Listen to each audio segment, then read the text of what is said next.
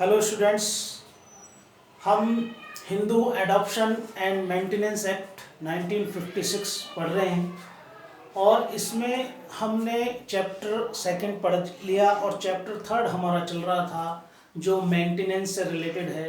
इसमें section 18 maintenance to wife, section 19 maintenance to widow daughter in law, section 20 maintenance to children and aged और inform parents. ठीक, section 21 dependents को 21 में define किया गया है और सेक्शन 22 में मेंटेनेंस ऑफ डिपेंडेंट्स का मेंटेनेंस भरण पोषण। ठीक है, कौन करेगा ये सब। और हमारा एक सेक्शन रह गया था, section 23 amount of maintenance, maintenance की रकम या मेंटेनेंस की राशि कितनी होगी। ठीक है, इसके संबंध में सेक्शन 23 में 3 क्लॉज दिए हैं, तीनों को देखते हैं। पहला क्लॉज कहता है कि इसमें कोर्ट की डिस्क्रेशनरी पावर है, विवेकीय शक्ति है कि वो कितना मेंटेनेंस अलाउ करेगी। सेक्शन 23 का clause 1 discretionary power courts. Clause two maintenance की बात करता है किनकी, 3 लोगों की, मेंटेनेंस वाइफ का, चिल्ड्रन का और एज्ड पेरेंट्स और इन्फॉर्म पेरेंट्स की। ये वाइफ वही है जिसको आपने सेक्शन 18 में पढ़ा था और चिल्ड्रन और एज्ड पर्सन वही है जिनको हमने सेक्शन 20 में डिस्कस किया था। ठीक है, तो इन 3 लोगों का, वाइफ का, चिल्ड्रन का और एज्ड और इन्फॉर्म पेरेंट्स का मेंटेनेंस देते वक्त जो कोर्ट है वो किन किन चीज़ों का ध्यान रखेगी। तो उसने कहा, उसने ABCDE इन 5 चीज़ों का ध्यान रखना है जब वो उसको मेंटेनेंस अलाउ करेगी। तो पहला क्या है, पहला कहा गया कि पार्टीज की पोजीशन और स्टेटस, पार्टीज का क्या पोजीशन है, क्या स्टेटस है, उसको ध्यान में रख करके मेंटेनेंस दिया जाएगा। दूसरा, जो क्लेमेंट है उसकी रीजनेबल वांट्स क्या है, उसकी युक्त आवश्यकताएं क्या हैं, उनको ध्यान रखा जाएगा। तीसरा, जो क्लेमेंट्स है, मान लीजिए वाइफ है, वो लिविंग सेपरेटली, वो पृथक रह रही है, अलग रह रही है, तो क्या उसका पृथक रहने का जो रीजन है, क्या वो जस्टिफाइड है या नहीं। अगर वो जस्टिफाइड है तो बिल्कुल उसको मेंटेनेंस दिया जाएगा और जस्टिफाइड नहीं है तो उसको मेंटेनेंस के लिए वो लायबल नहीं रहेगा। नेक्स्ट, क्लेमेंट की प्रॉपर्टी, अगर उसके पास कोई क्लेमेंट में प्रॉपर्टी है, उसकी क्या वैल्यू है, क्या उसका कोई सोर्स है, उसकी अपनी खुद की अर्निंग क्या है और अदर सोर्सेज, इनको भी ध्यान में रखा जाएगा। Next and last, number of person कितने हैं।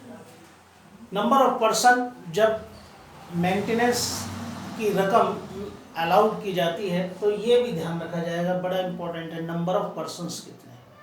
ठीक है, पता लगा एक को दिया, फिर दूसरा आ गया, फिर तीसरा, तो नंबर ऑफ पर्सन्स कितने हैं वो एंटाइटल्ड टू मेंटेनेंस हैं, उनको ध्यान में रखा। ठीक, अब इसके बाद सेक्शन 23 का क्लॉज 3 अदर डिपेंडेंट्स की बात करता है। अदर डिपेंडेंट्स मतलब वाइफ को, चिल्ड्रन को, एज्ड और इन्फॉर्म पेरेंट्स को छोड़ करके जो अदर डिपेंडेंट्स हैं उनके बारे में प्रोविजन। इसमें क्या है, जो अमाउंट ऑफ मेंटेनेंस जब डिटरमाइन की जाएगी तो इन 6 बातों को ध्यान में रखा जाएगा। कोर्ट मेंटेनेंस का अमाउंट देते वक्त इन 6 चीज़ों को, पॉइंट्स को देखेगी, डिटरमाइन करेगी। क्या, पहला, नेट वैल्यू ऑफ एस्टेट की नेट वैल्यू ऑफ एस्टेट क्या है, कब, आफ्टर पेमेंट ऑफ हिज डेब्ट, जो मृतक है, जो मर गया, उसके ऊपर मान लीजिए कोई ऋण था, उसको चुकाने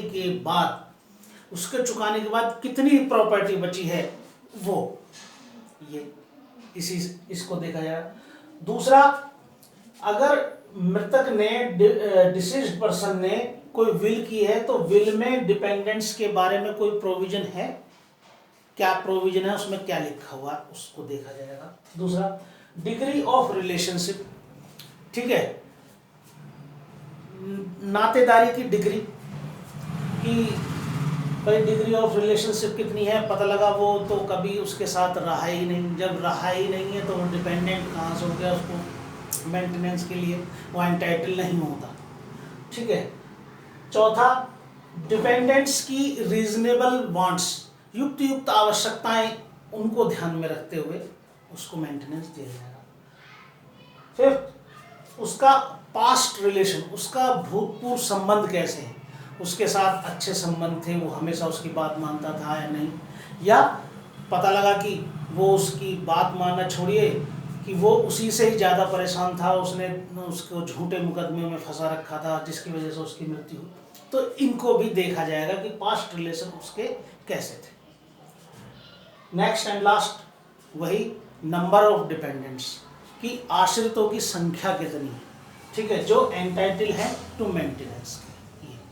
तो 23 अमाउंट ऑफ मेंटेनेंस की बात करता है, 3 क्लॉज है, इन तीनों को ठीक से पढ़िए। और इसी के साथ ये हमारा चैप्टर कंप्लीट होता है। नेक्स्ट वीडियो में नेक्स्ट चैप्टर डिस्कस करेंगे।